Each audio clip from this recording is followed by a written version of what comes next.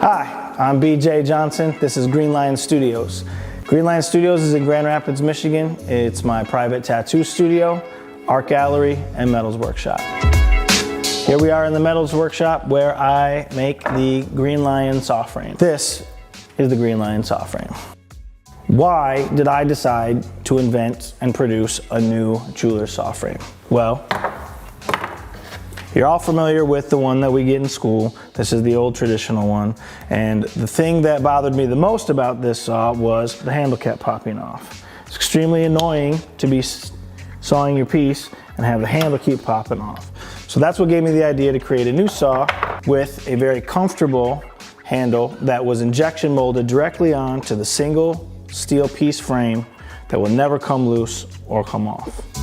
I kind of believe that all good design is rooted in simplicity. So when I created mine, I really wanted to make it simple and focus on the key elements that are important while actually using the saw. So one of the elements in the old traditional saw is the adjustability of the depth to use your blade after it's broken. You can make it shorter, but I never use broken blades. I like to use the full length of the blade. I never use that function. And when I was designing this saw, it was made for me. I wanted to make a saw that I wanted to use, that I enjoyed using, and that looked cool, and really was functional for the parts that I felt was important. I did away with the whole adjustable height and everything. You break a blade, get a new blade. I feel one of the most important pieces is proper blade tension. Now again, the way that we were all taught in school was to use the sternum against the workbench to compress the frame to get the proper blade tension. The GreenLion saw frame is much stronger, and without that adjustability piece, you don't need to compress the frame as much to get the proper blade tension. So these, not just for looks hooks, are able to be just slightly compressed to add your tension, and that's enough. We'll get into that in the next video. Of course, I wanted it to look cool. So that goes back to my comment about design and simplicity.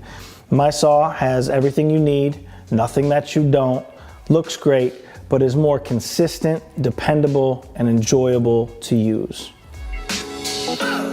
Additionally, another feature of the saw is that my thumb screws and washers are reversible. They're perfect for left-handed metalsmiths, but another thing that I like to use them for is to keep one set up, switched around for use in my tube cutter. The hardware in the tube cutter and the traditionally placed thumb screws bang into each other and get in the way. Doesn't allow me to use the full length of the blade.